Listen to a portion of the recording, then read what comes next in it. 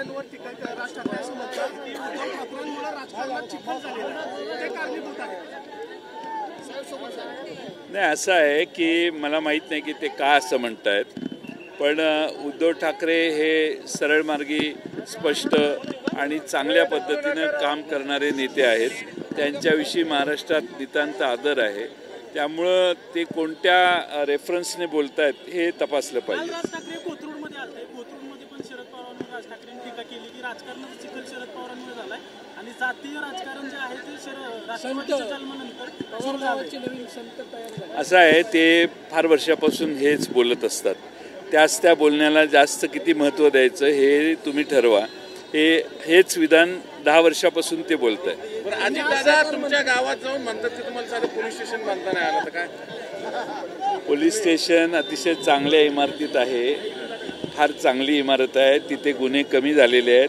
पुण्यासारखे इतके वर्ष ते पालकमंत्री असताना पुण्यात किती गुन्हे चालले आहेत. कोयता गँगचा बंदोबस्त करा आणि आमच्या पोलीस स्टेशनवर बोला. तुम्हाला सुनील टिंगरेंनी नोटीस पाठवली आहे शरदचंद्र राष्ट्रवादी पक्षाला काय म्हणून? नाही, पोर्शे कार अपघात झाल्यानंतर पोलीस स्टेशनमध्ये मी गेलो होतो. रात्रभर पोलीस स्टेशनमध्ये कोण होतं? त्यांनीच नोटीस पाठवली. तेच ना, त्यांना उत्तर मिळेल ना. तुम्ही काय चिंता करताय?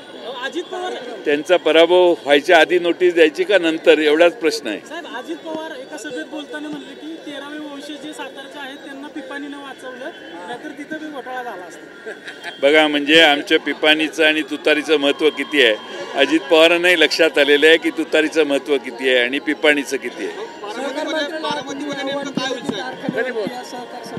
आव्हान नाही, निमंत्रण दिलंय.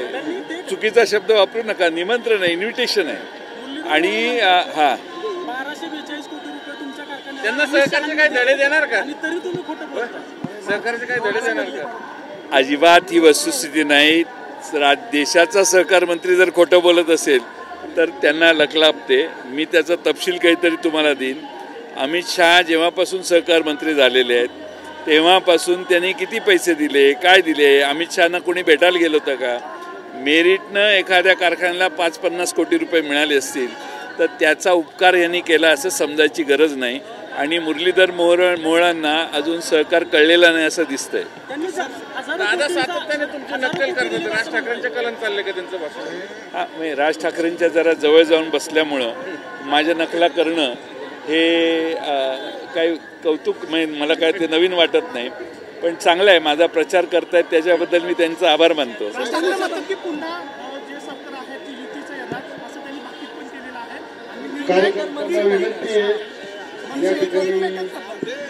बरोबर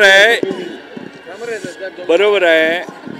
मतं खाण्याची व्यवस्था जी आहे ना, त्याची काही लोकांना कॉन्ट्रॅक्ट भाजपने दिलेला आहे. ज्यांना कॉन्ट्रॅक्ट मिळालेला आहे त्यांची भाषा अशीच राहणार ना, वेगळी काय राहणार? सुपारी मिळाली त्यांना. कॉन्ट्रॅक्ट म्हणतोय मी, सुपारी नाही. तर सुपारीचा अर्थ वेगळाही असतो. बारामतीमध्ये काय होईल साहेब? यावेळेस पाडायचं तुम्हाला वगैरे वगैरे बघू ना. एवढं काय जयंत पाटलांना पाडणं एवढं सोपं नाही. मी अजून बारामतीला गेलेलो नाही.